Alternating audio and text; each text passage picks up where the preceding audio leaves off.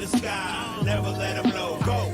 I got about 100 reasons to leave the party, but I will not. Got a lot of meaning to get to you when I'm in a spot. Thought about what's the season, oh yeah, summer feeling so hot. I could burn in my slumber, turn the lights off and let the beat drop. I'm the meanest rapper, meaning I feed on rappers a lot. I'm obscene, I need not encouragement, this the courage I got. Got a buzz going, so people heard of me, then I pop. Kinda was going, how you gonna tell me I gotta stop? Start another trend, and if you wanna get in on the ground floor, then what you holding up the wall, standing around for? Call up my people and I know what they down for. We can stay up all night long, land home around 4. I'm on the land from my daytime lifestyle. We be going ham like cheese in a slice style. There's something about the nighttime like to feel nice out. So if you're still at home, I'm right out. I would like to understand, because I've been asking Andrew Hawkins here for a while, to please teach me how to be a boss. I don't know how to be a boss. I don't understand how to be a boss. I've got a media company in Miami. Those are difficult. Not many of those, ever. It's a little bit hard. Please teach me how to be a boss. And I'm listening to Trevor Noah and Josh Johnson talk about the boss should be voted by employee vote. And I'm thinking I might want to do that around here. Is that a good idea or a bad idea to make the boss someone? Who would be the boss? Rose is going to end up winning that, so probably a big mistake. Josh Johnson, the former Marlins pitcher? With Trevor Noah. The backup quarterback for the Ravens, I think he's talking about. 2 Americas.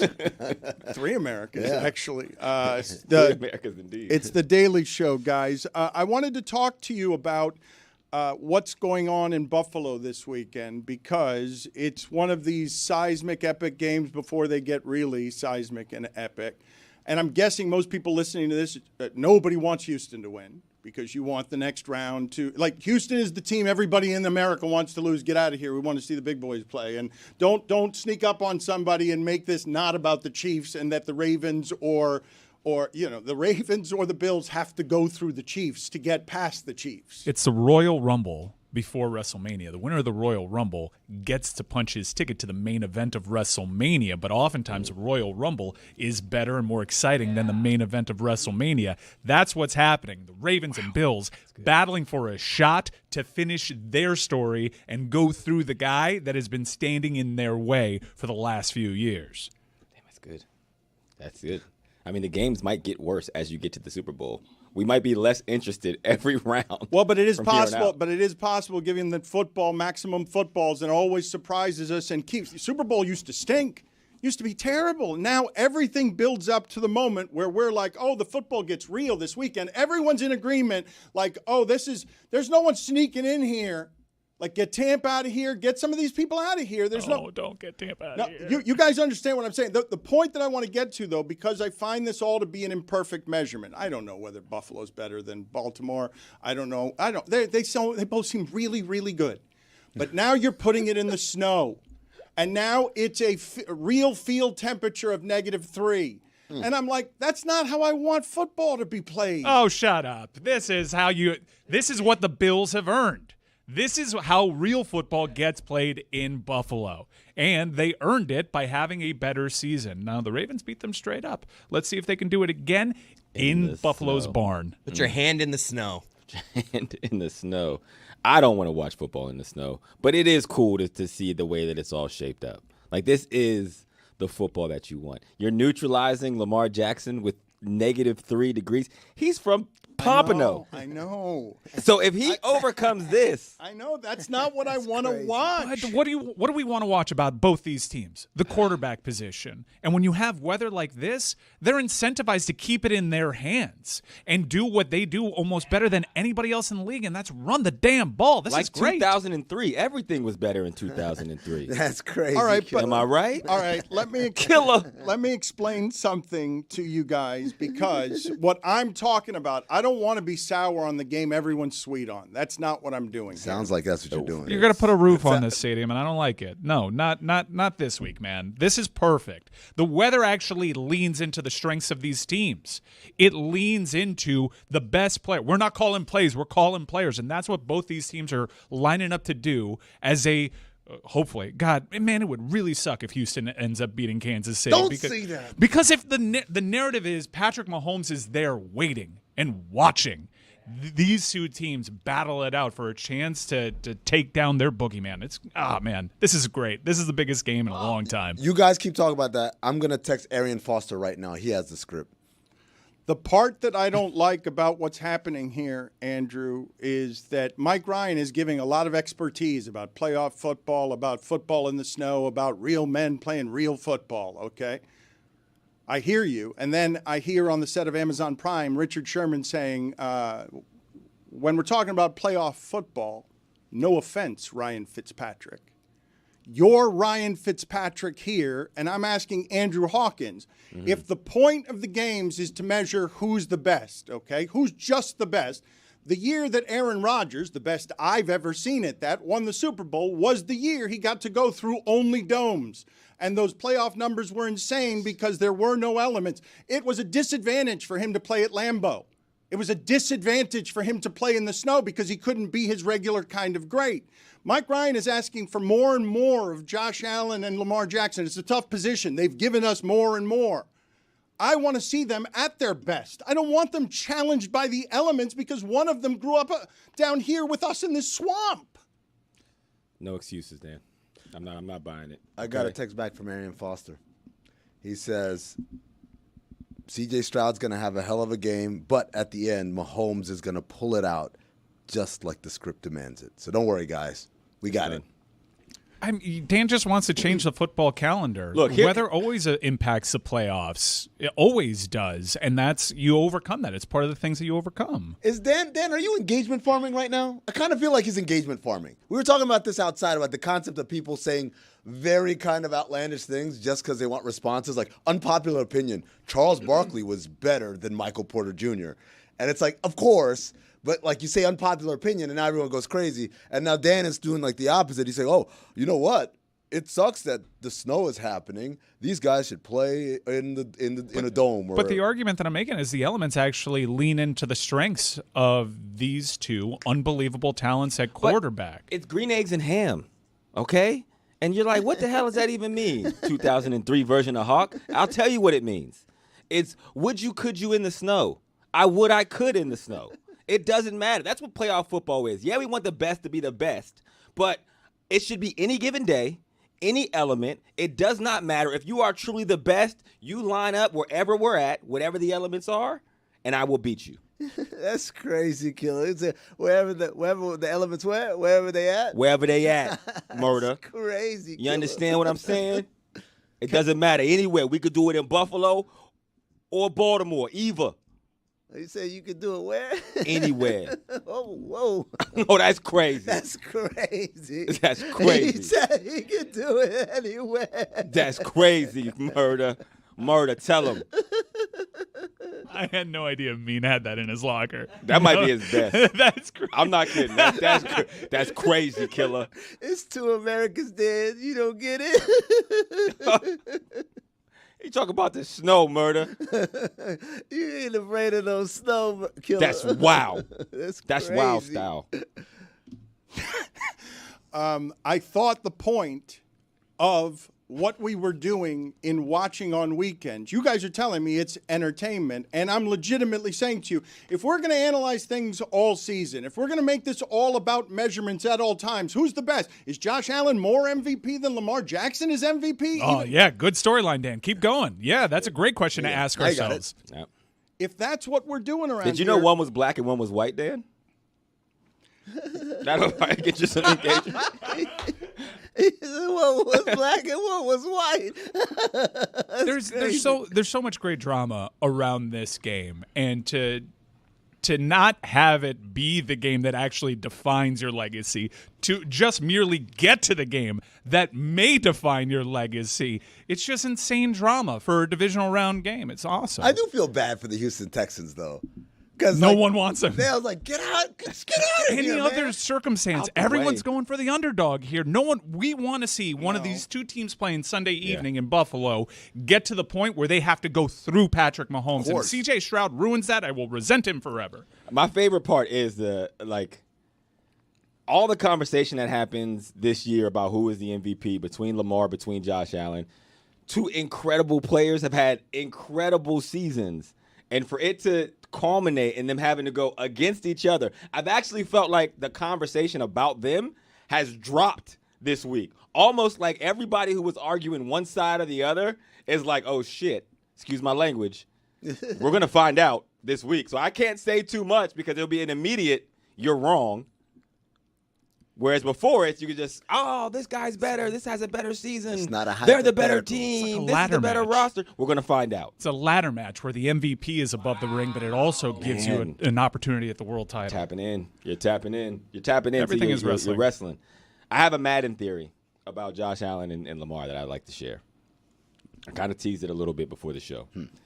Because there's so many people on like, hey, I'm a Lamar, Josh Allen is this. And where I am is they are two incredible players, like out of a lab. And then I thought about it. And I asked people in the producer room, and I said, hey, did you guys play Madden? Did you create a player? And like, yeah, I did. Well, who was your player? And the white guys are like, oh, he was 6'5", 230, 99s everywhere, could run, could throw it across the 100 yards down the field. And then when I was a kid, my quarterback was about 6'2". He was lean. He ran like a wide receiver. He could throw it all over. And I feel like the Madden theory is whoever was your creative player when you were a kid is who you are rooting for between Josh Allen and Lamar Jackson, because they are two built-in lab quarterbacks that you could only access if you had Madden 2003, Dan. So nothing to do with race, just Madden. Not Just at all. Madden. It's all Madden. It has nothing to do with race. You might have made your guy white if you were white. You probably made your guy black if you were black, but it wasn't about race. It was trying to see yourself as the best quarterback in the world. You see yourself as a quarterback killer. That's crazy, That's killer. crazy. I could see myself in him. Pause. That's hey, wow, yo. yo. That's wow, fam. Now, I know what impression it means doing, but tell Jeremy. Guys, the thing that's funniest about what you're saying is I don't know if this is the best Houston Texans season that there's ever been, but it has the potential to be if they go on the road and beat Kansas City. And yet, the situation they're in is not just everything you're saying, where, no, this year we know the good teams. We know who's actually good. This will be all great to see the great teams play against each other. Hey, Texans, get out of the way. They're looking at the other conference, so jealous of the Rams. Because people are looking at the Rams and they're like, yeah, go get them, Rams. Go drag everyone down from behind. I know this sweet Detroit story. That city really wants the Lions to win. That's nice. Philadelphia, you're spoiled. It'd be really nice if the Rams just hunt everyone down and ruin the NFC. What's happening in football that the Texans are looking at the Rams and are jealous when this might be the best Texan season there's ever been? Now, I did find one scenario, Mike, where it's okay for C.J. Stroud to win on this weekend, right? Follow me if you will. He beats Patrick Mahomes. Then he beats the winner of Lamar versus Josh. Wow. And then he wins the Super Bowl. And it's the beginning of a new story. At the moment, we're like, no, you ruined it. But then we realize at the end of it, like, oh, no, this is the arrival of the next generation of superstar quarterbacks. So you got two guys tangled around the top rope, and they're tussling to eliminate the second to last guy, and then a guy comes out of nowhere, just eliminates them both simultaneously, and we've used the Royal Rumble now as a launch pad. Everything is wrestling. Hold on, let me text Arian Foster. I'll ask him about that one. Can you guys tell me, I was very disappointed earlier this week when we unveiled our Pat Riley statue after everything that happened with the Miami Heat and our statue. It was just lacking. Generally, not enough funds were spent on it. We made a big deal about we're going to have this statue, and it's going to lord over the arena, and it's going to celebrate Pat Riley forever because this town should honor his greatness and shouldn't run someone like that out of town because of the whim of the moment from the diva of the moment. What are you doing, Amin? Oh, Arian Foster texted me asking about ivermectin and novovirus, and I'm like, what does that have to do with what we're talking about? Rose is ready. Is she out there right now? I'd like to go to live commentary. It is unpleasant out there. Oh, for the love of God. Come on, man. The Pat Riley statue is in disrepair. Can Rose What hear is me? Riley doing? Can Rose hear me? Pat Riley appears to be undulating for some reason. Twerking. Weird. Rose, can you give us a report? Why did this become a storm report? Can you give us a report from up there? Why is Pat Riley in such bad shape? Because yesterday was optimal, the weather, and we were having a great talk with Pat. And today now it's raining, so we're trying to share our umbrella together. So he's a little bit down. Right, Pat? I don't know if you can talk now. Rose, do you know who Pat Riley is? I knew that's actually. I thought this question might come up. Yeah, I actually asked. He has something to do with movements with the Heat. Movement. Yes. Yeah, I mean, yes. Yeah, that's right. He's moving right now. Yes. What do you imagine his What do you imagine his job is with the Heat, making people move? He's gonna decide whether the guy that wants to leave leaves Maybe not. That's part of the problem. or stays. Yeah. Who is that guy? Who is that guy? I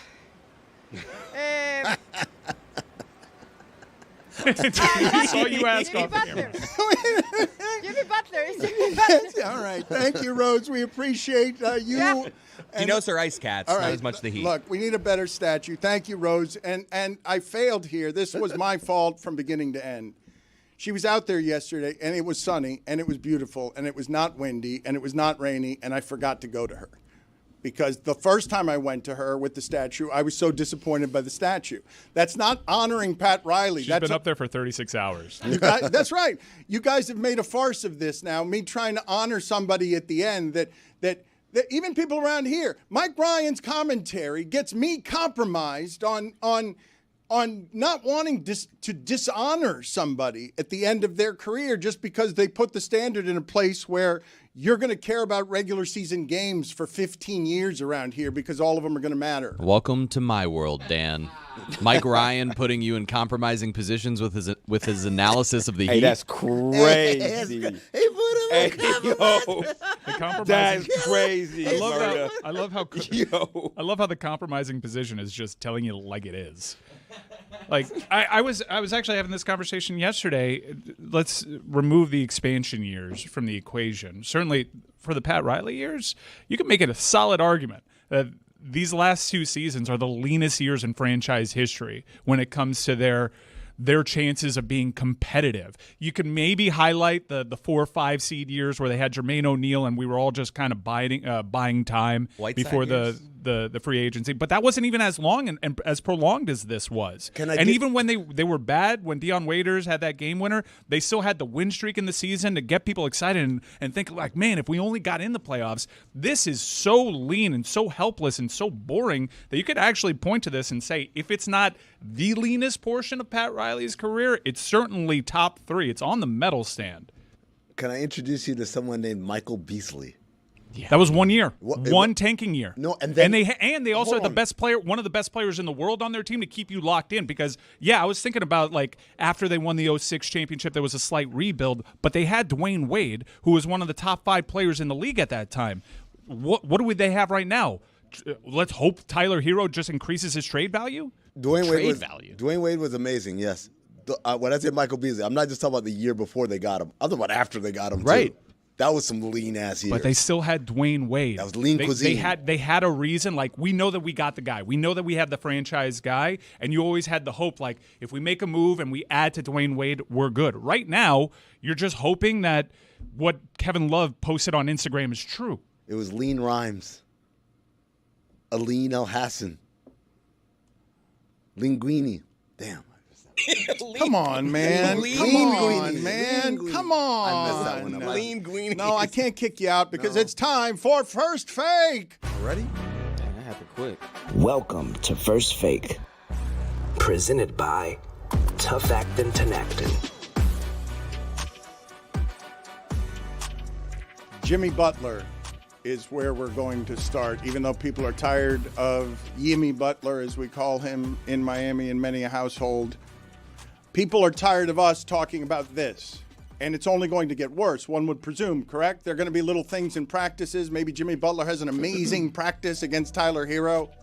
Maybe there's a fight at practice, right? All of this stuff is going to get dirtier before it gets clean, right? Like, it's not going to just, well, let me ask you. I was going to say, the moderator's talking way too You're much right. for this I'm debate sorry. format. I'm sorry. This is the opposite of First Fake. It's my turn! Jimmy Butler. I mean, Well, Dan Le Batard, when you talk about Jimmy Butler, you're talking, first of all, of a player who's been a multiple-time All-NBA player, multiple-time All-Defensive team, taking this team to the NBA Finals twice, might I add. And now you mean to tell me he's the problem? You got to be out of your mind. That's just unacceptable. Jimmy Butler should be telling the Miami Heat, get me the help I need so I could take you where you need to go. Hey, yo, what is we talking about? Murder? Huh? Hey, we down in Miami. Yo, Jimmy got to chill, fam. He got to stay where he at.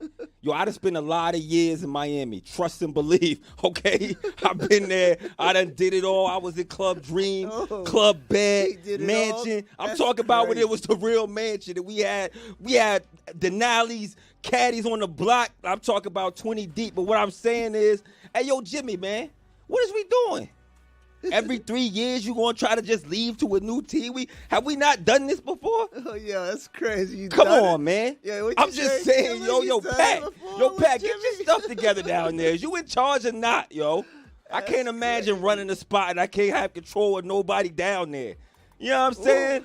Yo, this man is wild. Get him out of here. Crazy. You said you gotta control him down there. Control him down there. Hey, yo, get control of your people, yo. Could never be me. Deion Sanders to the Cowboys. This one feels suspicious to me. Jerry Jones is never going to give up that much ego to that position. Hey, that's crazy. That's Usually crazy. the moderator lobs it up for somebody. That's crazy.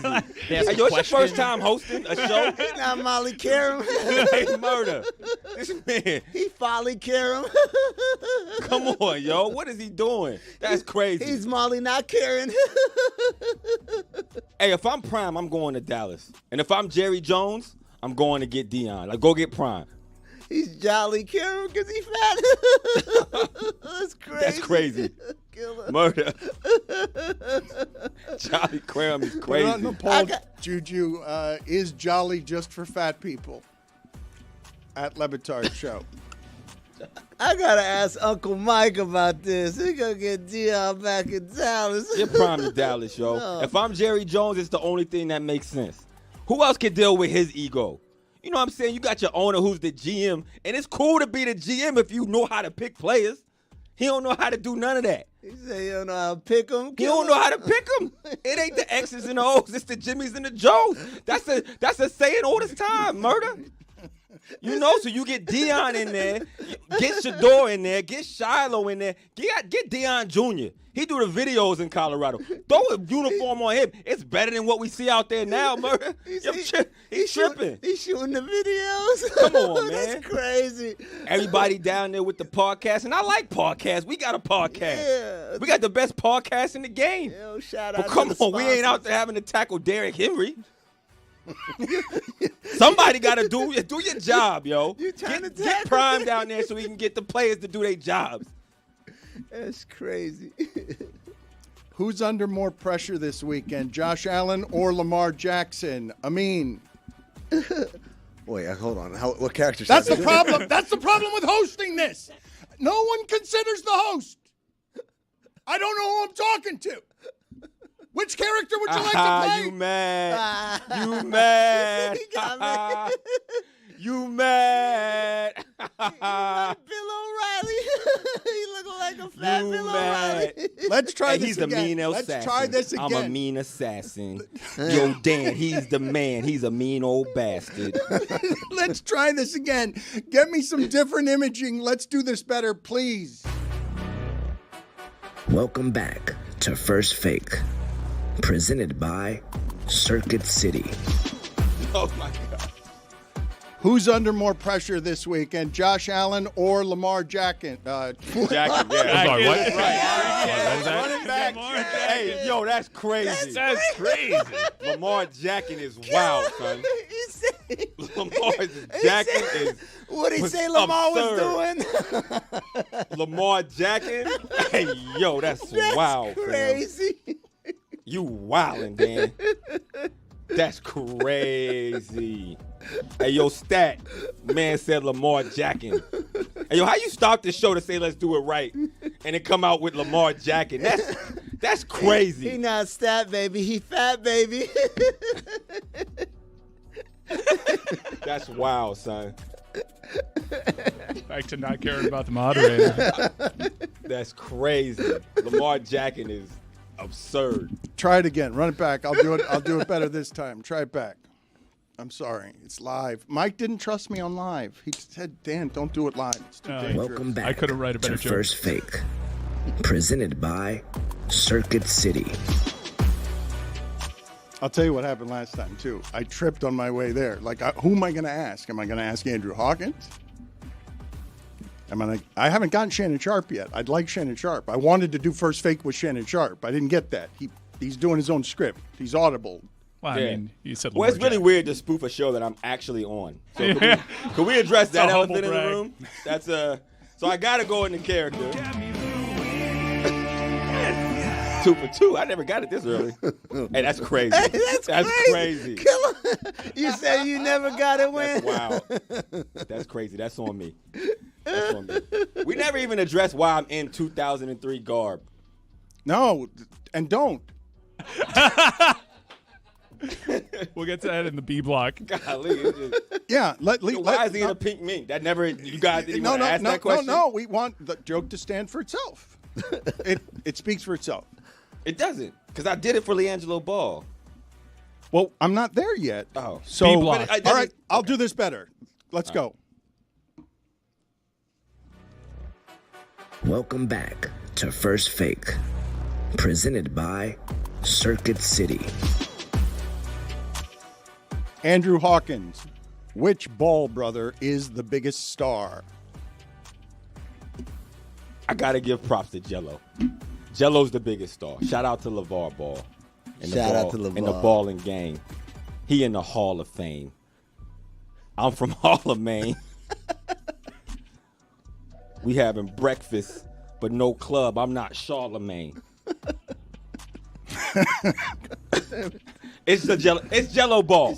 It's Jello. He's for done the sure. thing that we didn't expect. Okay, he signed with Def Jam with a 2003 hit. He got the That was bag. my era. So if you wonder why I'm in the pink mink bandana, long chain, Nobody was wondering. everybody was wondering. They was were wondering, Hawk, when was your era? They It was was wondering. 2003. That's when I came into myself. Look, Hey, yo, that's crazy. Lamar Jackson. That's wild. That's crazy. yeah, it's crazy. It's Jello Ball because you got to look at it like this. LaMelo Ball could walk down the street. Ain't nobody know him. It's like, yo, who is he? But you walk around, the stereos in the cars is all bumping Jello. It's Jello. He famous because he got a top 10 hit. What LaMelo Ball got? He played in Charlotte. I lost the accent there for a second. I turned into I was jolly from No one over knew you there. had it. I didn't know you had this. I did not know you had this. It's in his bag. I ain't You gonna know I had it. lie. It's so hot in this coat. Where'd you even get that? Man, I had to go to great lengths to put all this together. Hey, yo, I he know, said he had to go to That's crazy. That's Hey, yo, Murder, crazy, that's killer. That's on me. That's on me. That's on me, Murder. You had to go to great what? That's on me. Jello's the most famous ball brother. To put a button on that. He signed with Def Jam, and also he is the best athlete who is a musician of all time. Whoa. Immediately, day one. Whoa. I can't get- Whoa. Come on now. I can't get with you on that Whoa. one. Prove me killer. wrong. Engagement Whoa. forming. Prove me wrong. Hold on a second. What do you- Unpopular opinion. Hold on. Say it again. Say it again. Look into a camera. Which one? Which With camera my- does he need? Because Is my ISO? Okay, let's yes, because you are saying something I have not heard anywhere else. You are taking the take far That's too taken. Nah, like this it's is a real. take. It's a take too far. I think. LeAngelo Ball is the best musician athlete in the world and of all time. Day one.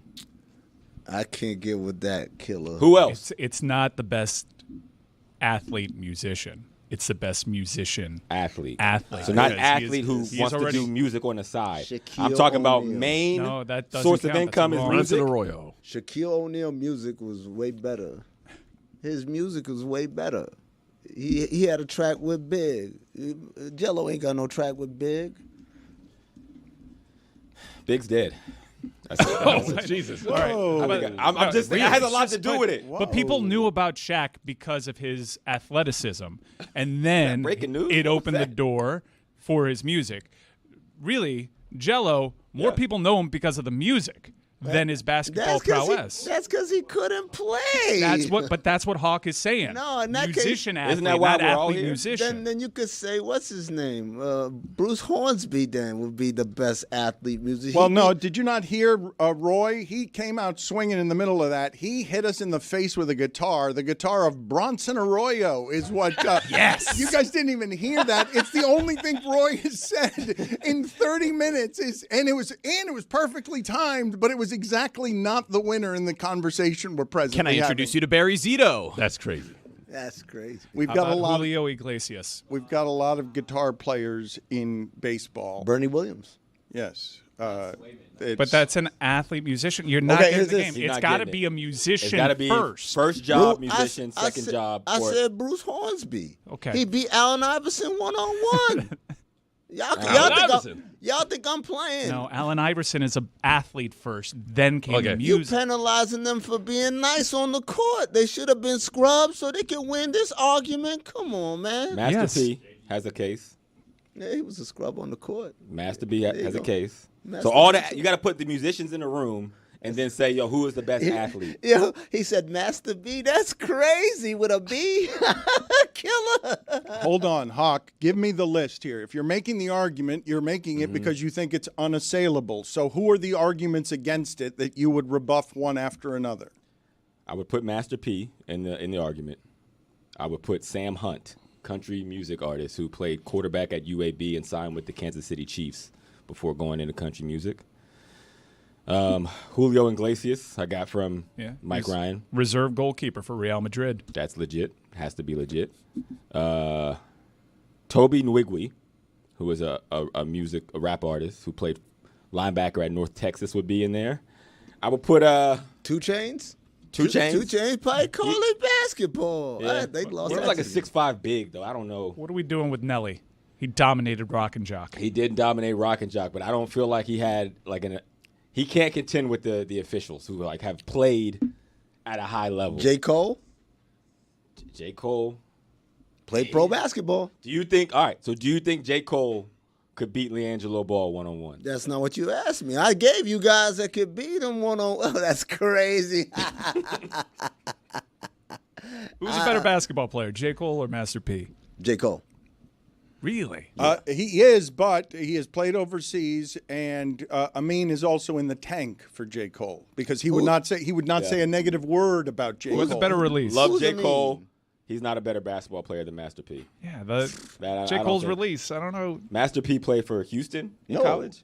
No. Yeah, Master P was a Division I basketball player. It was all made up. What? No, he was. Go look it up. It was all made up. Master P was not a Division I basketball player. Master P created this myth in a time when the internet wasn't a thing. You And know why I people don't just believe ran that? with it. You know why I don't believe that? Because 3 of Master P's kids are Division I basketball players, and his nephew is starting at like Kansas or something. So let me get this straight. So, That's how genetics work. So that is the reason why I believe that Master P was a Hold on, Division I is basketball this? player. Hold on. Time to throw away all journalistic credibility and get reckless. Here is something we like to call reckless speculation. You're good. Amin, what are you alleging? I'm not alleging. It's been debunked. This is like saying, oh man, we never figured out who shot JFK. They figured that out. We all know the answer to it. And so he didn't play college basketball. That was something that he said over and over again, like in interviews early on before people could fact check stuff, and people just took it and ran with it, and no one ever fact checked it. It's like the whole Hakeem Olajuwon went to Houston because he landed at JFK and it was too cold, and then it's all mythology. They I thought you were created going to this say stuff. Olajuwon didn't play Division I basketball. Then I was like, okay, now I'm pretty certain I've never seen Andrew Hawkins undressed that way on American television. Yeah. That's the first time I've ever seen that happen. I shattered his childhood. That's why. You did. I shattered his dream. childhood. You shattered the dream of Master P being a Division I basketball player who went on to play for the Charlotte Hornets in a preseason game and dropped 20. So those are facts. Jeremy whispered in my ear. It says that he got no, he didn't get a scholarship. They went to University of Houston. Like, was this guy ever like? No, none of it actually happened. So not even got a scholarship, No. dropped it and transferred. It was Nope. never even recruited. Never. That makes him an even better athlete that he went to preseason with the Charlotte Hornets and dropped 18 in the fourth. He dropped 18 in the fourth. More myth. I don't know. I got to research this one. Was that pre-internet too? Do we have no researchers here? No, it's the seat. It's the seat. Look it up. Look it up. He gets it wrong because he got it wrong. Let me call it in. He real gets quick. undressed. He gets undressed in front of everybody because he's got his facts wrong. He's just out here spouting propaganda. You know what? I'm sorry to do this to you, Hawk. This actually care. no, it does. It hurts don't me. care. It hurts me to do this. You are.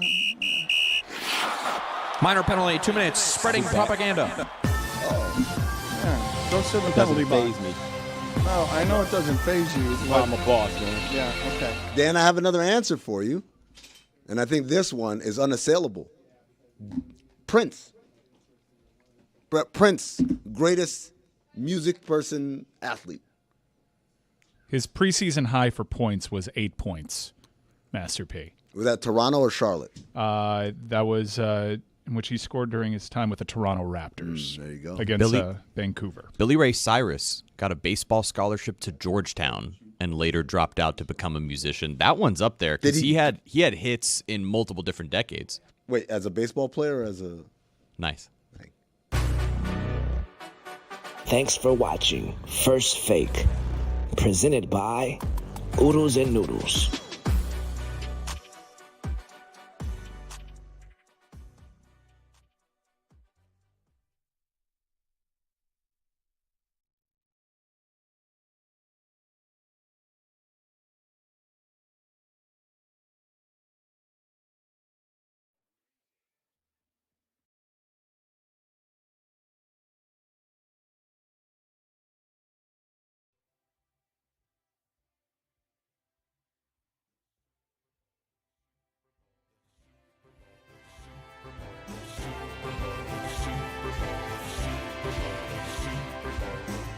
Starting to see the light.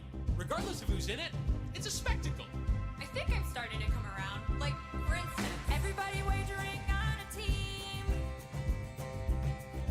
Chris Collinsworth sliding into your screen. I was too caught up in being a fan. Instead of just shotgunning beers and betting the Rams. Oh, tell me, you got more reasons. You got more reasons.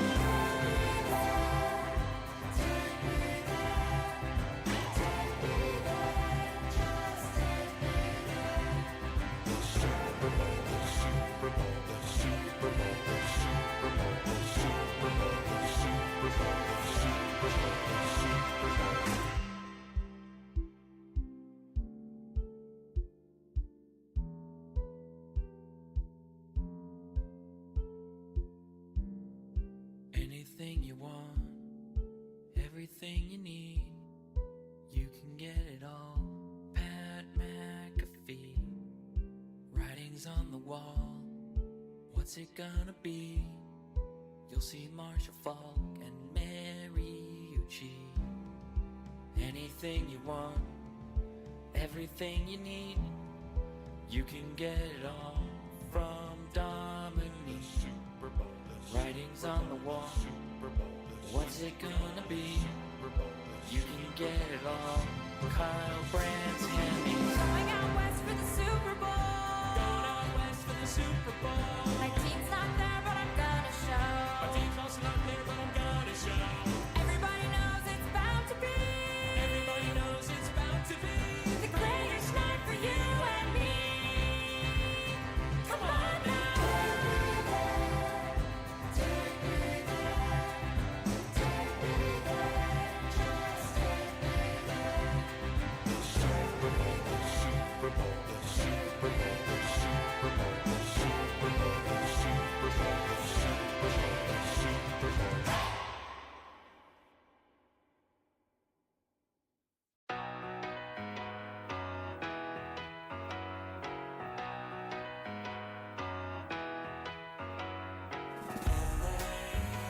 spend all night out in Venice. Then make castles in the sand. Santa Monica's calling, but I'm here to cover the Rams. I'll stay in and avoid chateaus. If I booze, then I'm on Skid Row. Just one drink to begin, not like that's a big sin. Just one beer, then we're gonna go to the Super Bowl. Now, Mike, you know we're here to cover the big game. It's a time to be professional and avoid all the temptations the City of Angels may have to offer. Ain't that right, Jessica Kate? That's right. We're just here to ask quirky questions to grown men wearing their full uniforms without pads in a convention hall. Oh my God, is that George Clooney? It is! Maybe you once got at the Roxy. Come on now! One shot at whiskey a go-go. There we go! Now we're drinking to unemployed temptations, but a job to do. Professionals with a drink or two. Just a thimble of gin, and then I'll be locked in. After gin, then we're gonna go to the Super Bowl. To the Super Bowl. Super Bowl. I mean, we have been locked up for a while. Yeah, there's no rule against covering the big game and enjoying La La Land. Wait a minute, it's the Walk of Fame. So much to see instead of the big game. And the traffic is bad on La Brea. So come and join me in popping tequila. Get it! I'm just here to drink and find Lewis Hamilton. Hey, guys. I have a brand. You gonna shotgun a beer or what? I don't feel so good. I am genuinely fucked up right now.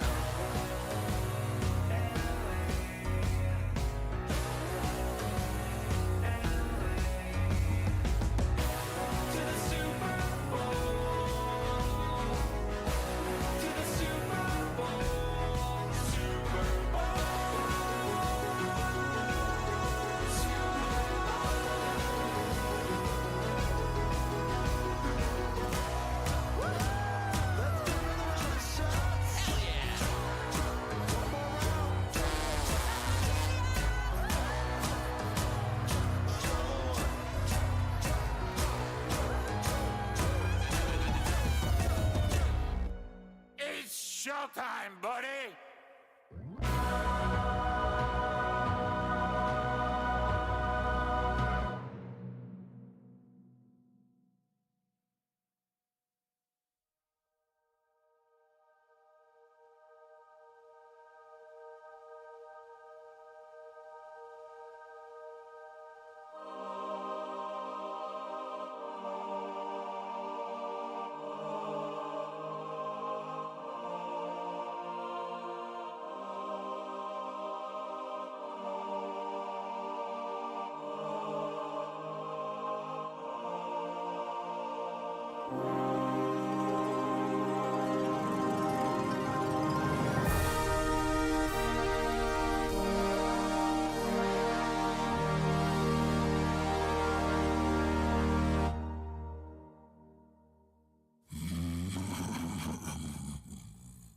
The Bengal speaks.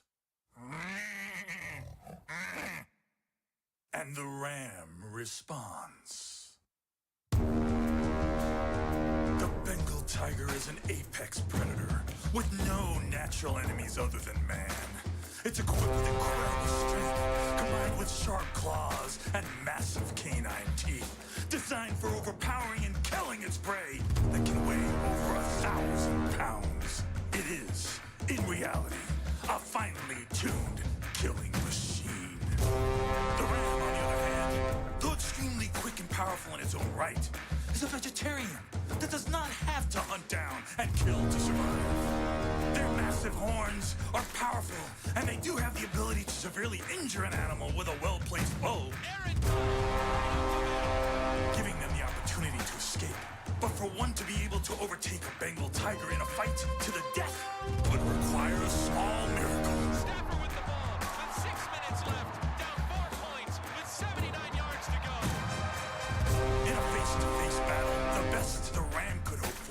would be an extremely lucky first blow, done in the form of a massive headbutt that would temporarily stun the Bengal and provide an opportunity for escape. That, however, is unlikely. And the most realistic result would be the Bengal striking its claws into the ram while burying its teeth into its neck and causing a fairly quick death by severing the spine. T. Higgins is gone for 75 yards. Then the Bengal would devour the ram. Unless that ram was Cooper. You and only you can spark a battle cry.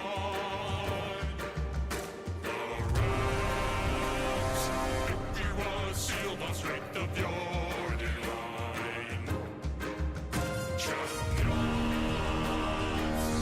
Stafford hangs back, looks off the corner, over the middle, a no-look pass. To right for Cooper.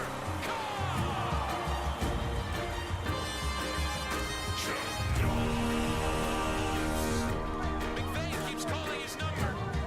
The penalty flags rain towards ground. Everyone in the building knows where it's going. Stafford to Cup in the end zone. Oh, the joy and elation of the moment. The polarizing quarterback and the Big Sky Conference product answer the bell. One of the game's historic moments. Nothing stops the NFL.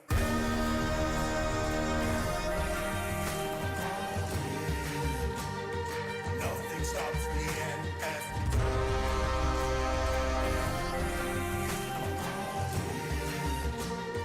Nothing stops the NFL.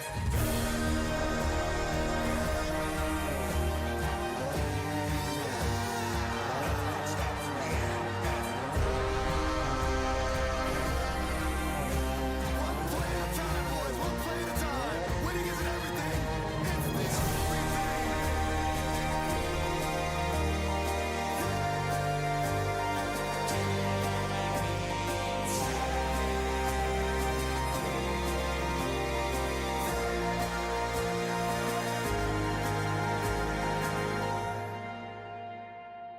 There's nothing like the NFL.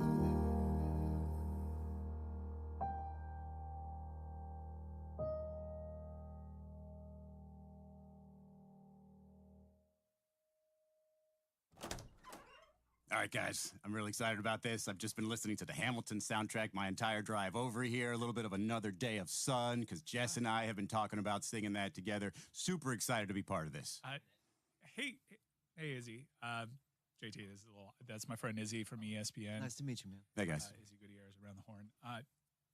What are you doing here? Yeah, no, I mean, like, look, I understand I don't really work for you guys, but I heard you guys were doing this, and it really means a lot to me. You know, representation matters. I know that's not necessarily something that really counts in your shipping container, or is really accounted for in your shipping container. So once I heard you guys were doing a big gay musical, I had to be a part of it.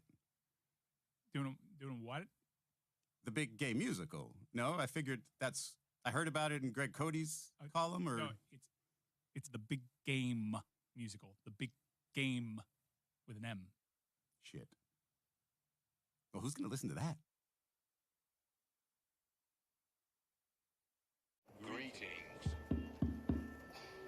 Greetings to all. Welcome to 2022. Omicron is on the run, and away it went. But oops, there goes gravity, and here comes a new variant. Omaha, Corona, Hut 1, Hut 2. Nothing infects the Super Bowl, and nothing stops football.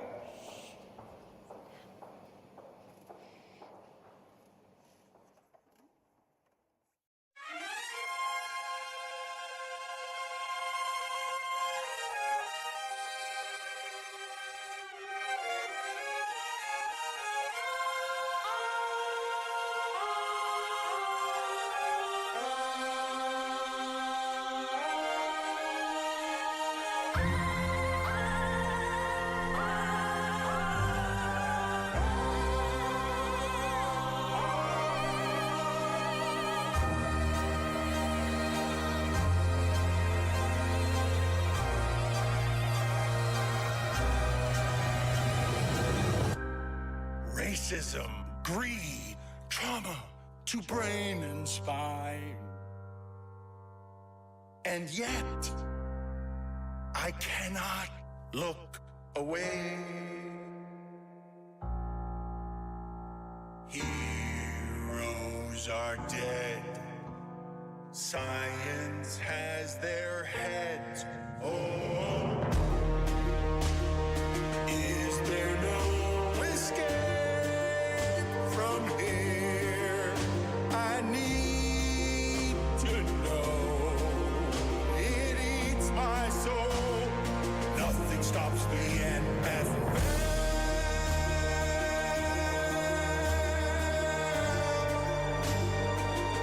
Is this heaven or hell? I can't tell. It's human cockfighting. CTE prayer circles. They blackball the blackballer. They tried to end racism by stenciling it in the end zone. Billionaire boys using millionaires as toys. It's all immoral, all unethical. Ooh, the witching hour. Nothing stops the NFL.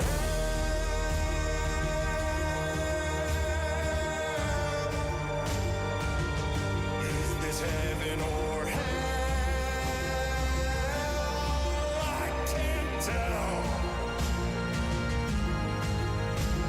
It's Urban and Snyder and Flores and Gruden, but Kyler, but Kelsey, but Cooper, but Canty. It's cheating and tanking and bounties and banking, but parlays, but face paint, but promo, but innings.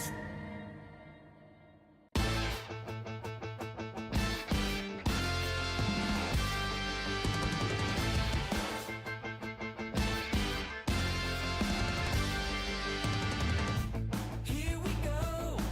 This one's for all the glory. Give it your best, it's all you got. Don't look back. Oh, it's all part of the story. You talk the talk, now walk the walk. Yeah. When the game's on the line, will you have the guts to make the call? When it's crunch time, make us scream. God bless. From the back of every bar, on the subway, on the streets or in your car, wherever you have found yourself, scream out your battle cry. I'm all in. I'm all in.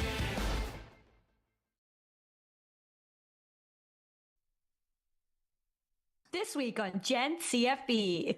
Lucy and I are talking about bowl season, the college football playoff, the national championship game, all the takes that we missed from this past month, and most importantly, the Pop-Tart Bowl.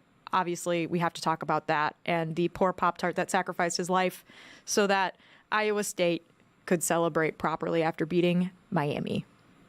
Have you been thinking Gen CFB needs more Brett Bielema talk? Well, this episode you're going to love.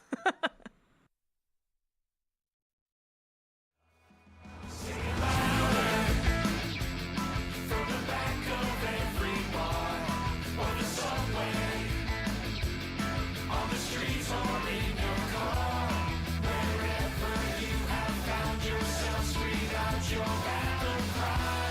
I'm all in.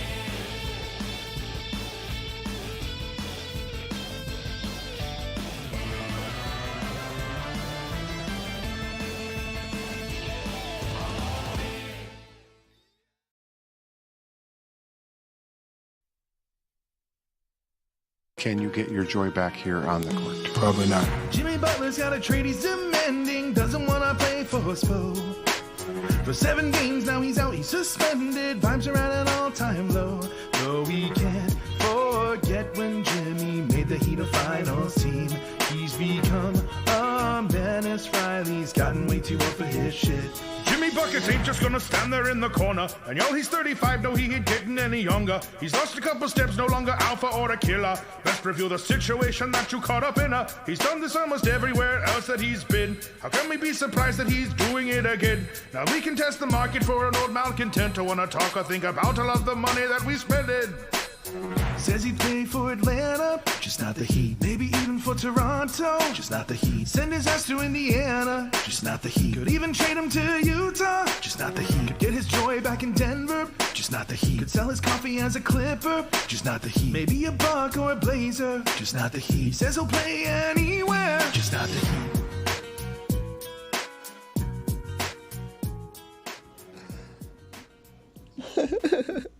Wow. I'm a big fan of spoof music. Always have been, always will be. If I didn't have to make money, it probably would be what I would do on a daily basis.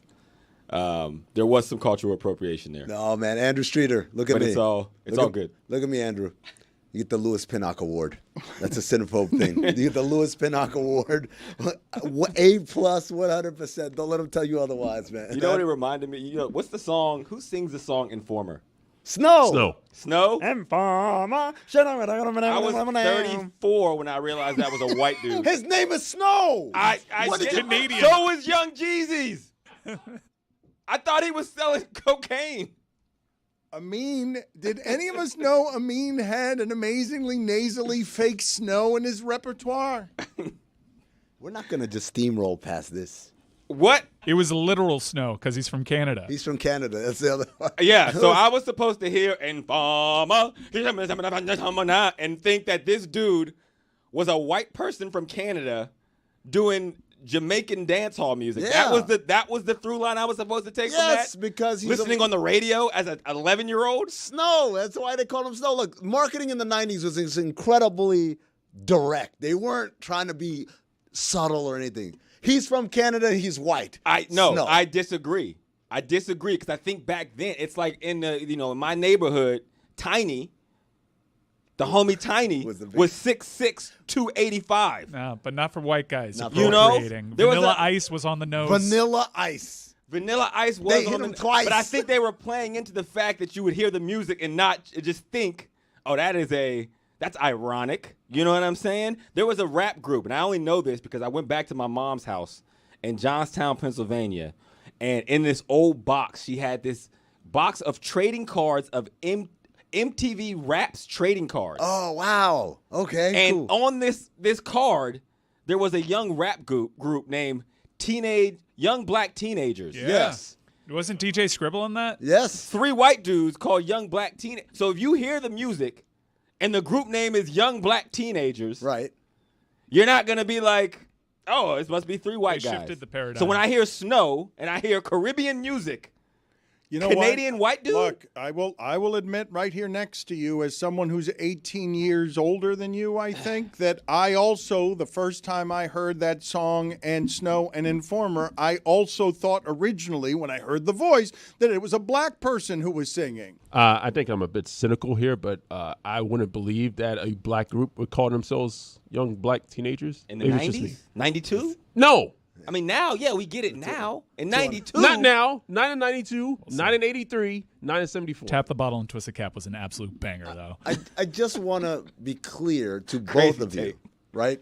Hawk, you're here age-wise. Dan, you're here. I'm sort of in the middle, bridging the two generations together. Hawk, you grew up in Pennsylvania? Yeah. Pennsylvania. You, right Here, here South in Florida. South Florida. I was in Sudan, and I knew Snow was white. I was in a country where power being on for consecutive days for 24 hours was like, oh my God, what happened? Who messed up? How did you know he was white? From the very first time, because his name was Snow. His name I think that was your culture. It was very literal where you're at. Then. I was introduced That's to him. not how we are here, man. It is a very That literal was when culture. MTV was still breaking music, so the music video kind of introduced. I'm like, wow, this is crazy. It'd be fun, except for the fact we didn't get music videos. Yeah, that's true. I understand. Exactly. But What's that's his real impressive name? Darren Kenneth O'Brien. Oh, my God. You know what's funny? I mean, that's perfect. But if you look at That's him, crazy. he looks like a Darren Kenneth O'Brien. Yeah, he does. Like, He does. That's the He thing. looks Irish? He also looks like Snow. You look, yeah. But if Now you call, if 55 I'm years like, yo, meet the homie DKO, you'd be like, oh, okay. No. You know what I'm DKO 's saying? good. DKO. Like, oh yeah, DKO performer. DraftKings originator. Well, look. Yeah, can he's you black. do that again, or was that a one-time only performance? Because it really was him as Snow insulted that a white person is impersonating a black person. Not insulted. I mean, okay, whatever. It was a very good impersonation. Like Snow Track bangs. Look at him. First of all, look at him. Like, it's not like a regular white guy in rap where you see him. It is infuriating cultural appropriation. No, it's not. Informer. That's not a good. He wasn't. Informer. No, can we not? We can't play. You know what the song is about? Like, it's just a ridiculous thing for my man DKO to be rapping about. Andrew, why do you and I feel like idiots here? Like, why does Amin get to be the one who's right on this 20 years later? I don't let Amin's takes I'm just inform how I feel about myself. Informer. Okay. Was what? You know how I found out he was white? Looking at an old Jim Carrey sketch from Yes. In Living Color. Can we play that? Do we have the rights to play that? Did we purchase the rights to Living Color? Can we search it on a tweet? Yes, get right on that, Hold Mike. on. Let me hit up Skipper's I in mean, I town. don't want to give us any lawsuits here. Skipper's in town. He's a part of a Unrivaled, a giant league that's now in town. I do believe I am here, yeah. That we're buying giant properties. So I don't think we've done it this morning, but get on that. Wait, tell me this. Why can we play the Shabba Ranks instrumental song? Could we? It was Shabba Ranks adjacent. Okay. Wait, what Shabba Ranks song did we play? No, we had a royalty-free song, no open things. Oh. So let me backtrack for just a second here, because we have actual Jimmy Butler. I'm going to put it in quotes news, okay? And the reason I'm putting it in quotes is the following, okay? I just had an email chain with the company where they're like 1-800-Flowers is ready to go. And I'm like, all right, I'm ready to threaten America that they got to buy flowers. And what Stugotz put on the email chain was, just tell them you're going to talk more about Jimmy Butler. Because our audience is done with all of the conversation around this. But then a morsel trickles in, and Jeremy and Mike Ryan get engaged. Mike Ryan hasn't wanted to have a Heat conversation. Mike, look, listen to me. Heat fans, spoiled, entitled Heat fans. Yeah. All the obnoxious things that Mike Ryan is as a hurricane, earned and burned through fire, living and slaving at the knee of LeBron, Wade, and Bosh. Will beat you all. I'll show you. And then all the basketball after that is less interesting because, of course. Because the starting point is the three guys on a stage marching around. You get all the free agents. Yes, Miami against the world. Miami against the world. Went to 2 finals after those guys left. Understood. That obnoxious guy is entitled to put the titles in entitled. I beat the Celtics all the time. Don't embarrass me in front of the Celtics. And when you do, okay, I'm out. I'm not interested anymore. Not interested in the conversations. You failed. Bam and hero, not enough. And now Jimmy Butler's at the middle of a mess. And what's the latest reporting? Because when Ramona Shelburne gets in the game, everybody get out of the way. Get out of the way. Because the details, for some reason, when she investigates them, are a little bit spicier than they are anywhere else. I'm going to read you a passage from the article that she put out just 15 minutes ago that included details like Jimmy staying 30 miles away from the Heat during the 2023 finals and all sorts of discontent. But it says, teammates, coaches, and staffers have already grown weary, sources said. While Heat sources say they expect Butler to return Friday against the Nuggets and are fully prepared for him to play, there remains a palpable dread at what he might do and the environment the ongoing chaos might create. Quote, I don't know how he can come back to this locker room, one source close to the team said. Said another, quote, we don't want him back, unquote. And then a source close to Butler says, Jimmy hasn't even really started. Are you guys just that jaded? We had palpable dread, chaos. Jimmy hasn't even begun to make shit uncomfortable. He's teased what color he's dyed his hair for tonight. That's a mystery in itself. This is a guy that every franchise in which he's willed his way out of, save for maybe Philadelphia, he has burned it to the ground.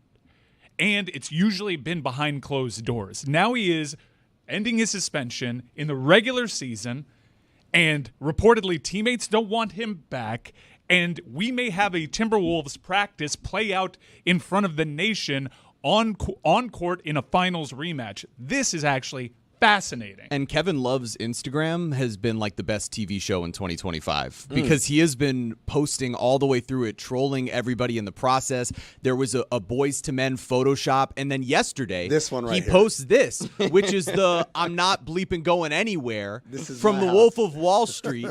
And it says, live look, Jimmy after his meeting with Mickey, hashtag get my joy back. And Jimmy Butler liked it. So this is what Kevin Love's role has been throughout all of this, which is trying to kind of keep everything mended, where he's trolling Jimmy online.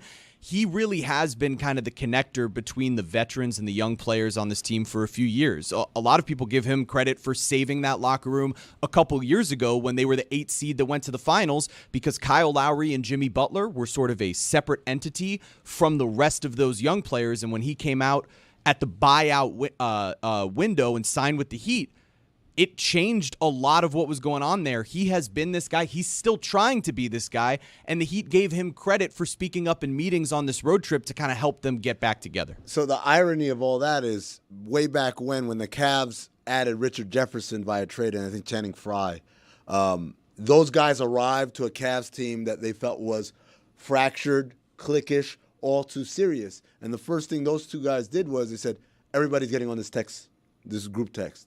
And they would just send memes, and they lighten the mood, and that's how that team got close. And so to see Kevin Love take that lesson from earlier, this is why you have vets, because they go through things earlier, and then they know how to play it forward in the future. I understand the Jimmy Butler fatigue. I feel it too. But if you told me, hey, there is palpable dread and fear of chaos going around Oklahoma City and Milwaukee tonight, I'm tuning into that game to see palpable dread, chaos, and this guy hasn't even begun to make stuff uncomfortable. I'm there for sure. I don't even really know what the hell is going on with Jimmy Butler. I've been on this show for 3 weeks, and you guys mentioned it, and I kind of just try to stay quiet because I don't want anybody to know that I have no idea what the hell is going on. But I've slowly caught up. Okay, but so let me put in front of you the power dynamics at play, to me. because I suspect that you will find the entirety of this story interesting. Let's begin with Kevin Love's part in it, because Kevin Love has been through the fire, had panic attacks, went public with the idea of, man, the pressure when you're the third guy traded to next to LeBron to win the championship, it's kind of disorienting. So Kevin Love went from leading the league in rebounding a couple of times, being the number one guy on an 8-seed Timberwolves team, to do we trade him for Klay Thompson? No. You're getting the whole thing right now, Hawk. Going way back. Hold on real quick. You guys didn't want to give too much. No, yeah. So now we've rewound Love, it to panic go attacks, through the whole Klay thing. Thompson trade. Here we go. Decade ago, yeah. I don't have to do it So now that we're in way. 2013. I don't Continue, Dan. I'm listening. Okay. Related to a beach I'm with boy. you. Well, I like it. You're in 2003. He's in 2003. I'm always in 2003. John Come on, Stamos, murder. member of the Beach Boys. Neither here nor there, but we continue.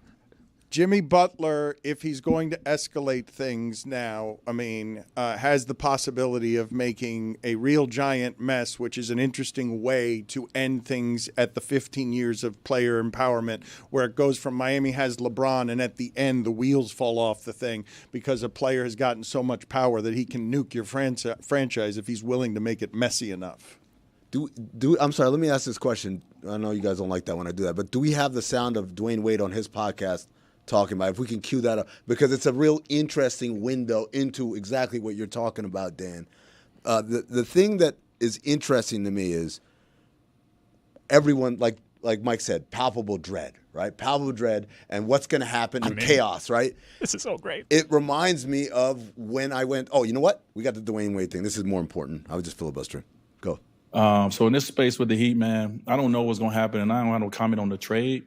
But I know what Jimmy Butler has done for the Miami Heat, and it shouldn't have to be as ugly as it is right now. And I don't like this stain on our organization. I don't like the fact that people feel that they can comment and talk about, like, that whole notion that people saying that because of the Jimmy Butler situation and how Pat Riley has handled things, that guys are not going to come to Miami. Y'all can quit that shit right now. It ain't going to be a day that a basketball player ain't going to make $300 million to play in Miami. It will not be a day that you ain't gonna raise your hand and go make $300 million to be the star of Miami. So let's quit that narrative. Let's quit that narrative right now. Sign me up. I'll go deal with some structure for 4. To give Jimmy credit, man, Jimmy came in when they was losing the face of their franchise and became the face of the franchise. That's hard to do. He became the person that those kids wanted to buy his jersey, wear his jersey. You know what I'm saying? And so the relationship was the Heat was a soft landing spot for Jimmy, and Jimmy was exactly the star that the Heat needed for 6 years, finals, big moments that they've had together. It should not end ugly. It's ended tragically. Right. This is tragic. This is a tragic way to end a relationship. And so, as a former player, it's ugly on our franchise. It's a stain on our franchise that we continue to have the way that the relationships break up. But also, too, on the other side, you don't run that organization as a player. So you get to that space sometime where you want to do things your way. It's Pat Riley way. Minor penalty, 2 minutes, spreading propaganda. Dwayne Wade propaganda, penalty box for Dwayne Wade. Mike Ryan's back there nodding his head, loving the vigorous defense of all Heat things. That was great stuff. And I think what warmed the cockles of my heart was him saying us. That's true. He also said it's a stain on the organization that every star leaves here, like, even him felt like he himself. had the most balanced take I've seen. Everyone out at some point. So that I thought the sound that you guys had was the sound that really went viral. You didn't. You had a different sound, which was good and informative. Yeah, great, but not what we That talked wasn't even about, the right and podcast. Can we be honest? You're now the guy who's just going to throw it to the video room without telling anybody. Let's put No that in context. Amin's hands. That seems safe. That was a great video. So it was a great video. It was informative. It wasn't the point I was trying to make, because the one I was trying to make when he said LeBron came here, and I said, but it's not LeBron's way. It's Pat Riley's way. It's not Dwayne Wade's way. It's Pat Riley's way. And so it's their organization. You're just going to have to accept that at some point. They're going to do it how they want to do it. And so for Jimmy Butler, who I see a lot of people, I do have a question. I see everyone has been repeating this. They let Jimmy Butler do way more than they let LeBron and Wade and Zoe and Shaq do. I've heard that repeat that exact same way, same phrasing, multiple places, multiple people. But everyone dances around it. What exactly did they let him do that they didn't let the other guys do? I mean, I can tell you from my experience what that means, which is he controls when he speaks to the media in a way that no player has ever with the Heat. During the Big Three era, those guys, during every practice, every shoot-around, every game, that's just one minuscule example of where it goes. So, Hawk, let me explain just the history. This part of the history has to be in front of people so they understand what has been begotten over the last 15 years. Riley is Belichick. The whole thing, Patriot way, Heat way, 15 years of LeBron. You come here to learn, and once you've learned, you can take it with you, but you learned it here. Jimmy, you learned it here. Like, you can take it with you, but we build that, not you. Organizations win championships. Jerry Krause, that stuff. So LeBron comes with the power, and then at the end of 2014, no, I got it. I'm going to go now build a league, $5 billion with Maverick Carter, because I got it. I'm going to go to Hollywood, do what you did during Showtime. I got it. Me and my crew are going to make leagues and buy Hollywood. I don't need you anymore. What do you mean you don't need me anymore? What do you mean? You break my heart. Like, I will say that's the weakest I've ever seen Pat Riley embarrassed like that in public, and this cannot feel good either. Like this, and so what might it escalate to when last year they had Udonis on the bench, and when he went at Spo, Udonis was there. Jimmy will make this a mess, and the player will win at the end if he's willing to be shameless. Like, that's how Damian Lillard didn't get here, and one of the things you see happening now is Pat Riley burned by the Frankenstein monster that he birthed. But Dan, there's a couple of things, right? Yeah. Number one, by the way, Udonis was 2 years ago. That wasn't last year. But number one is the part about this. Chris Haynes talked to you guys the other day, and I was shocked that not only no one on this show, but nobody outside of this show reacted to this thing. Yeah. The part where they said Jimmy Butler and Pat Riley have not spoken, have not texted, have not met face-to-face, from at least the end of the season, which was in April, to the January 2nd meeting where they were like, you're not giving us enough. That is staggering. I remember speaking to Ramona Shelburne years ago. I was on the jump. Ramona Shelburne broke a story at the top of the show that Magic Johnson, president of the Lakers, had not spoken to Luke Walton, head coach of the Lakers, for 2 weeks. And I was like, what? How is that possible? And I said, man, Luke, better get your resume ready. When that happens, this is a massive fracture. That was 2 weeks. Now Chris Haynes is telling me 6 months these guys haven't communicated. But this is what I'm telling you. When Jeremy says that that LeBron and Wade met several times a day, when LeBron came to Miami at 25, Wade's team Wade's rules. Wade was doing Riley's work. We meet with the press. Okay, LeBron would say. Shaq had to conform too, right? Shaq didn't want that. He didn't want to, but he had to. Shaq didn't like it. Shaq would get into fights about it. Shaq is the first one to test. Is Riley in charge? Yes, he's in charge. At the end, Shaq, you're going to be outside with your stuff. And that bald guy, security, is going to be walking you out. You can't go get your stuff. Like, we're going to kick you out of the building. Shaq had Wade here too, though, at least to be like this. I know Shaq was bigger than Wade, but Wade's still there doing it. Whereas Butler, he's the guy. Yeah, I'm trying to follow. I think I'm more confused now than at the beginning, so I'm sure it'll crystallize at some point. But we're in a bunch. We did go back to 03 a couple times there, and I almost got stuck. So I'm just trying to make sure. It sounds like Jimmy Butler and Pat Riley have a riff. Yeah, going on. Palpable dread. Okay. Fear. Palpable chaos. dread. I would tune in. Haven't watched. We'll watch if that's going to be on the docket. And then I will also say, from a Jimmy Butler perspective, how did he come to Miami? Was this known information? Does he typically behave like this? Yes, always. Okay. So when you play stupid games, do you win stupid prizes is my question. And again, I'm still getting the information, Dan, so I apologize. Yeah, So I'm like trying to put it together. But in that example you said of you don't get to go, what do you mean you don't need me? If that was the case prior to, and you sign up for it, or his it fourth feels marriage. like he shouldn't be surprised by a duck being a duck. Man, you're getting it. I don't know. We could change him, and for a long time, we felt like we did. First few years, the fourth marriage was the best marriage. No, that's not what happened. What happened is you guys thought, or the organization thought, yeah, the reason he broke up with all those other people is the stuff that we love, right?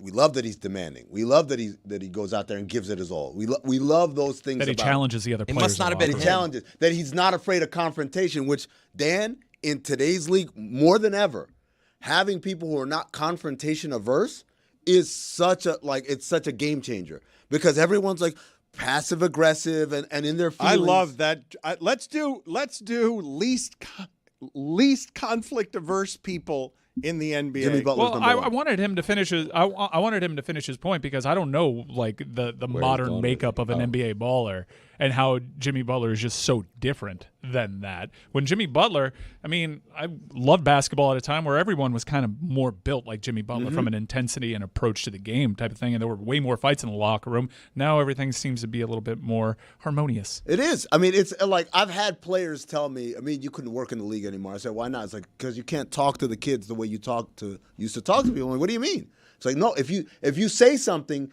the kid will go sulk for 2 weeks and be in his feelings about it, rather than like take the challenge or even just tell you to go after yourself or whatever, right? And so Jimmy Butler is a throwback in that way. He is a throwback to a time when guys just like were just assholes to each other and everyone just dealt with it. When I hear the Ramona Shelburne story about people like, oh no, he's coming back, it's like, that's what I'm talking about. Because in another era, those guys would have picked up the phone and told him, yo, go F yourself. You're not in this locker room anymore, right? If you felt like that for real, like, hey, you turned your back on us and we're going to move on without you. But this is the players would okay, speak but in that look, way. So Hawk, seriously though, what are we in for here? I know people are tired of this, but if you have at the crossroads of conflict, a guy who's not afraid of conflict, and now he's walking into Bam Adebayo and Tyler Hero's locker room. Tyler Hero, when he has to get into a fight, he's taking Jimmy's team. He's taking his shots, going to take his spot in the All-Star game. It is now Tyler's team, and they're going to be like, a little bit worse, but he'll get his. He'll get what Jimmy Butler was getting, and they'll try to make him more of a star. What is that locker room going to be like if you've got a guy coming in and we're arguing about money and shots and minutes, and he's willing to embarrass your franchise, a franchise that's a military complex of it's us against them? Are you the guy or not? And that is the Pat Riley. Are you the dude that can continue to rebuild or not? It's going to be uncomfortable. Change always is. But when you have two big dogs and one says, I'm the guy, which means I should call the shots, and the other one says, I'm the guy, and I should call the shots, and they want to leave, if I'm with that person or we're like tied to the hip, then go do your thing. Because I have absolutely any fear that I'm not going to still be the guy, and I'm not going to be who I say I am, which is the person who can continue to reload with D-Wade, LeBron, Jimmy Butler, Hero. There'll be somebody else. Go do your thing. We're not having the fun conversation. The fun conversation here is who's the person who said we don't want him back? I have a theory. Well, every time there's a leak, you ask who benefits the most from this leak. Now, I don't believe this to actually be the leak, but the person that benefits most from this leak, if the palpable dread subsides and there isn't chaos and there isn't fear, and hell, they may go out and be galvanized and win this game, Kevin Love. Why? Whoa. He benefits the most. He benefits the most from it. Okay. Now, it's a source. It's not a source on the team. It's a source near the team. Maybe that's a way to protect your source that might be an actual player. But if I'm Kevin Love and what I bring to the table the most is my ability to bring those folks together in the locker room, why don't I establish that this locker room is a total mess until Uncle Kev gets involved? So he makes it a mess, and then when Jimmy walks in, he's like, "Guys, I'm Kevin Love. I know how to." I heard it. I'm gonna bring everybody together. I'm gonna inform, and then we'll looky boom boom down, and everyone's like, "Oh yeah, we should looky boom boom down." We have covered Hey, this yo, that's story. crazy, fam. Hey, yo, Murder, you wildin', fam. That's crazy. Hey, yo, Cammy, yo, he's wildin', fam. We have covered this story a bunch, but one thing that we didn't actually touch on was the NBA PA's involvement. Because remember, the suspension came down. It's like, okay, you can suspend somebody for that. The NBA came out immediately with a the union came out with a statement, and then it was reported that the Heat were ready for this, delivered pages and video citing examples of why they were justified in their actions to suspend Jimmy Butler, and not a peep since then. Jimmy Butler hasn't publicly objected to the suspension. He fulfilled the suspension. He's done his time. But that's Jimmy, right? Like, that's also Jimmy. Like, oh, you think this is gonna hurt me? Nope, I'm gonna serve coffee and have fun.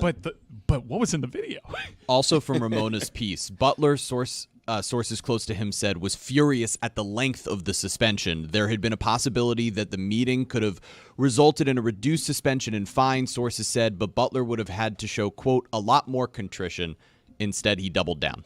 I can just see Hawk's head just continuing to spin, so I'm going to give you a little second here to breathe. This episode of the Dan Le Batard Show is presented by DraftKings. DraftKings, the crown is yours. I'm going to give you the floor to give us your best 15 Jimmy Butler seconds and be done with this topic, because we're actively annoying America with this topic at this point. With every last morsel, don't want to keep talking about it, and then a morsel comes in and everyone starts talking about it. The thing I wanted to play for Hawk, because he did the thing where you're not a guy, that guy, the guy, a guy, and it made me think what our football analysis would be of this. I'm playing quarterback. Yeah. If I'm that guy, I won't be taking sacks. Yeah. I'm making special throws behind my back. Yeah. 'Cause I'm that guy, so I pick up your slack. Yeah. But what about this? If I'm just a guy, won't recognize a blitz when it's disguised. I'm throwing picks when we're in overtime. That's just what happens if I'm just a guy. I got some questions. Sam Darnold, That QB throwing or it. Geno Smith, That QB throwing it. Brock Purdy, That QB throwing it. Kyler Murray. That QB Let me see what throwing you it. got, Bo Nix. That QB throwing it. Michael Penix, That QB throwing it. CJ Stroud. That QB throwing it. I'll ask aloud. That QB throwing it. Are you that guy? That QB throwing it. Are you that guy? That QB throwing it. Are you that guy? Are you that guy? That QB throwing it. Are you that guy? That QB throwing it. Are you that guy? That QB throwing it. Are you that guy? Are you that guy? Jeremy Taché as Timberland, Louis Pinnock. That guy, a guy. You got C.J. Stroud in there as a guy, Brock Purdy as a guy, Sam Darnold as a guy. I was just trying to make names rhyme. He was asking a question. No, but I'm asking all of you when you talk about that Jeremy. Like, that was you. That was me. Yeah, that was you me crushed for real. that, man. Thanks, man. Incredible spoof music. Thank you very much. I don't understand why you guys aren't scared of Justin Timberlake's lawyers, but somehow the Ball Brothers lawyers have shaken this whole establishment. Well, this is proper parody. Whereas if I you like just spoof play music, a clip though. of a song, spoof music is more. Well, spoof music. All right, so this is proper spoof music. Thank you for that correction, Jeremy. You really took all the life out of it. I was just. I mean, you did. I always a damn copyright lawyer. That's fun. Explanation. The difference between a guy and the guy, okay? You've got two MVPs playing in a football game, and it's going to be in the snow, and they're both MVP worthy, and Lamar Jackson has changed the entirety of the position. Please explain to me when we talk about a guy and the guy in that sport. Yeah. There are what? 5 the guys at that position? By your identification, are there 6? Maybe 4. Ooh, maybe. Maybe 4 and a possible. I would say Mahomes, Lamar, Allen, and Burrow are bona fide guys. Bona fide. 5. The closest is probably Stafford. What? Matt Stafford, he has an ability, and over time, he just knows it. So He's an older that guy. He's an older that guy, but in this age, he might be that guy. Do you have somebody else you think should be in there? The kid from Washington. He's a guy. This is a a great He's moment. young. This weekend. He's great young. But here's what. A guy. Is it the guy? The or guy. a guy? And this week will tell us a lot about Jaden Daniels. I'm a huge Jaden Daniels believer, as I am a CJ Stroud. He took a step back this year. That's undeniable. And if you asked me this time last year, CJ Stroud was a guy. I still think he is the guy, but there's going to be growing pains. And I think next year for Jaden Daniels will determine that. I can't make you the guy in the first two years of your I feel like I career. have the best quarterback that just has the debate of, is he a guy or the guy? Jared Goff. But Jared Goff has the second most touchdown passes in the league when you include regular season and postseason since 2023. Ironically enough, the guy that is first by a gulf of 6 is Baker Mayfield, who's also a guy that has that debate. I think there's 4 the guys in the league that any given year they have an ability to take their team to the Super Bowl. The thing that you're doing, though, and please, because these are the teams that are left, right? Now, unsurprisingly, the quarterbacks you're mentioning, other than Burrow, Burrow's not there. Burrow wasn't even in the dance. Not this time, but I'm just curious when you do that to C.J. Stroud, because everyone comes to an agreement on C.J. Stroud has been worse. Nico Collins missed a part of the season. He's an important piece for them. Tanks out. Yep. But yeah, another one, by the way, we just forget that he looked like that when he had a 1 and a 2 that played like a 1 and a 2. But also, you as the football player, at some point, like week 11, they said they had 25 sacks allowed by their guards and center. Yeah. And that's worse than anyone in the league. Like nobody can, none of the quarterbacks you mentioned can play quarterback that way. Not at their best. Maybe Josh Allen and Lamar Jackson could get away from it, but what I'm saying is, and if Burrow, the I've pressure's seen Burrow going to with terrible offensive line play. But it's why I was Penei Sewell over Jamar Chase. But it was still, when you watch Burrow, he's not. He was a dude, and C.J. Stroud is a dude. I don't want to make it seem like he's not going to be there. Is it the dude or the dude? He's not the dude yet. There's a step between a guy and the guy. It's not like a direct. You don't just step over a thin line between. You're them. not respecting this. You keep saying a guy, and a guy is insulting. Yeah. It's insulting. Yeah, we need. He's right. It's a dude. Okay. He's right. You need a something. Okay, I got it. There's just a guy. There is a dude. And then there's the guy. Okay. Okay. Are you good with that? CJ Stroud, dude, not a Jaden dude. Daniels are Dudes. a dude. Dudes. They're dudes. Baker Mayfield? They're dudes. Baker Mayfield is. He's not a jag. He's a not dude. jag. Just a guy. He's a low-level dude. I just said he has the most touchdown passes over the last 2 years. Look, there's only 13 Jags people in don't do NFL that. history Jags that don't do passed that. for more than 40 touchdowns in a season. Baker Mayfield is one of them. That's special. What about? Hold on. What about Tua? Be What careful about here. Jag? Be careful here. Where's Tua? Jag. In the, It's a guy. Jag. The guy or dude? I think he's a dude. Okay. I have Tua in the dude. Tua's in the dude category. Yeah. That's good. I think I think again, a dude has to have certain circumstances. Can we find him for to this? get over the Is hoop. Brock Purdy a ridiculous. dude? Brock Purdy is a dude. Brock Purdy's a dude. Yeah. I think Brock Purdy is way more special than people give him credit for. Jalen Hurts. Dude category. Dude. Okay. Yep. So then we got a lot of dudes. upper end of the dude. Yeah, it's like there's a lot of dudes. That 5 to 12 era Bunch of dudes. is dudes. Justin Herbert. And look, even the guys that are in the guy category. But again, I have 4 right now. But Herbert, so did he slide out of dude? Herbert? He's the dude. Did Come he? on, I mean, man. that's one of the worst There's certain quarterback abilities performances you we've got to ever seen have. in Like, you got to playoffs. have an ability to be dude. like, yo, I can't find that on the street. Okay. That's not anywhere he's a in the dude. draft. That's not anywhere in free agency. Herbert is a dude. All those guys have potentials to be the guy. Whatever their maturation time and their development time is to get there changes. Even Can you be Lamar. a good football team with a Jag? Huh? Can you be a good football team with a Jag? Who are the good football teams with Lamar a Jag at Jagan? that position? Lamar Jackson. Can you be good with Lamar Jagan? We should have fined Dan for that mistake, and if we No. did, it would be with the Venmo Patrick fine Mahomes bucket is presented by Oh, Venmo. Chris, I you like got a that. new Way sponsor. to get You in were there. wound it up there. You were going to read Have it you been clean. doing this? Have you been paying? I have to pay. How much do I owe? I was looking for a telephone number. I didn't know where to send it. A telephone. Use this phone. You can send it to the Venmo fine bucket, which Right. is, of course, presented by Venmo. How much After do the I show, owe? we will give you Good the old QR Cordy. code, and then we'll explain what a QR code I've never is. used Venmo before, so I had Valerie was putting it in my phone yesterday, so I wouldn't be embarrassed this way. I'm going to Well, text I'm you. It's so gonna take happy me that 15 because of minutes. our show, you have decided to download Venmo, and I implore It's going to make your life so much easier. Thank you. to do what Dan just did. Yes, I just did that because I support the people who support us, and so Valerie would handle all of our transactions because I like to pay cash. $10 you owe. Venmo's better. For what do I owe? $10. Just all the mistakes you made. You got Okay. a lot. All right. So I'll take care of that off air. I can't believe this guy was insulting to those guys. You're a former professional football player. These people deserve your respect. If I gave any of those quarterbacks, the McCaffrey, Debo Samuel, Trent Williams, healthy, Ayuk, Kittle, any of those quarterbacks would be the guy. Any of them. So I guess I'm not getting my 15 seconds on Jimmy Butler.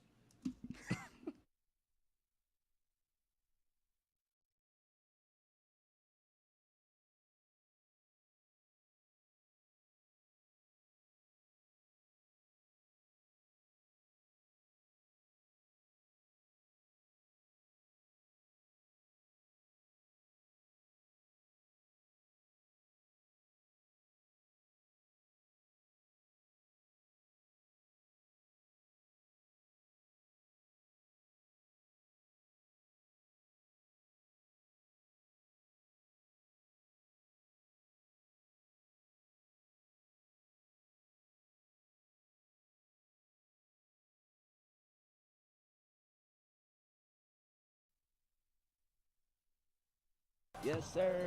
Yes, sir. You already know where we at right now. Come on, man. We are so blessed to be a part of this. Salute, man. Welcome to Unrivaled. It's so much love in the building, man. All because of these women put their mind together and said, yo, we're going to provide a way, such a safe space for hoopers and just for families, man. Families within the league, man.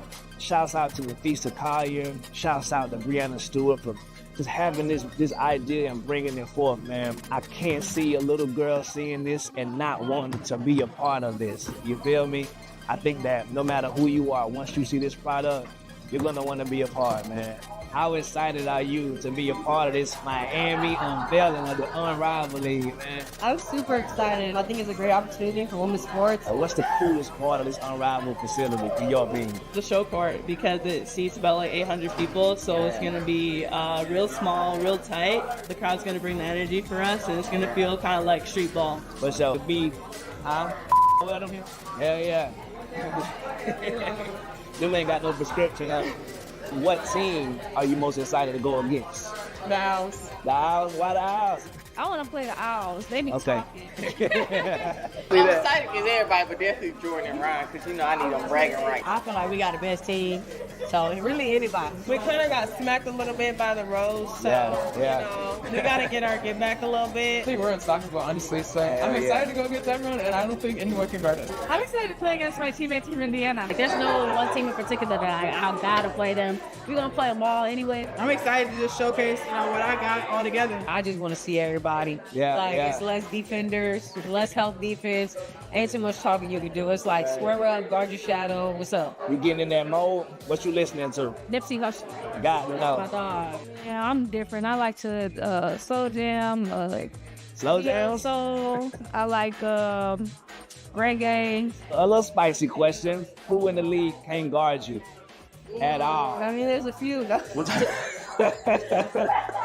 You're setting me up for failure here. Bro, this league gonna make some enemies of people, bro. I'm gonna call up my Mystics teammates. So I say Kira, Steph, and some. It's the other 35 players. Yeah, all of them. I can't name one person that can coordinate, to be quite honest. Oh, nobody can. Nobody. And Probably that's- Courtney, too. What do I tell you every single time I see you in the history of the world about who can or who cannot guard you? I know you say nobody. You gotta say that. Besides yourself, who do you predict being the MVP of the unrivaled league? Steve, hold down. Oh, boy. That's really hard. There's some cats in here that's like, just like, ready for one-on-one. Yeah. You got the top 36 players in the league. Like, you got a lot of options. Shoot. Fort, Shakira, P. Let's go with Cleopatra. Cosmic Killing. She's such a great player. She's unstoppable. One of my teammates, Chelsea Gray. I'm about to go with my teammate, Fee. Yeah. I'm say Lee. Right. Yeah, you did me. You know, to be honest, any of us, Right. anybody on my team could be MVP. That's what I want. You're just gonna have to see. Yeah, you're right. Man, it's looking scary, bro. It's looking scary. Stay tuned.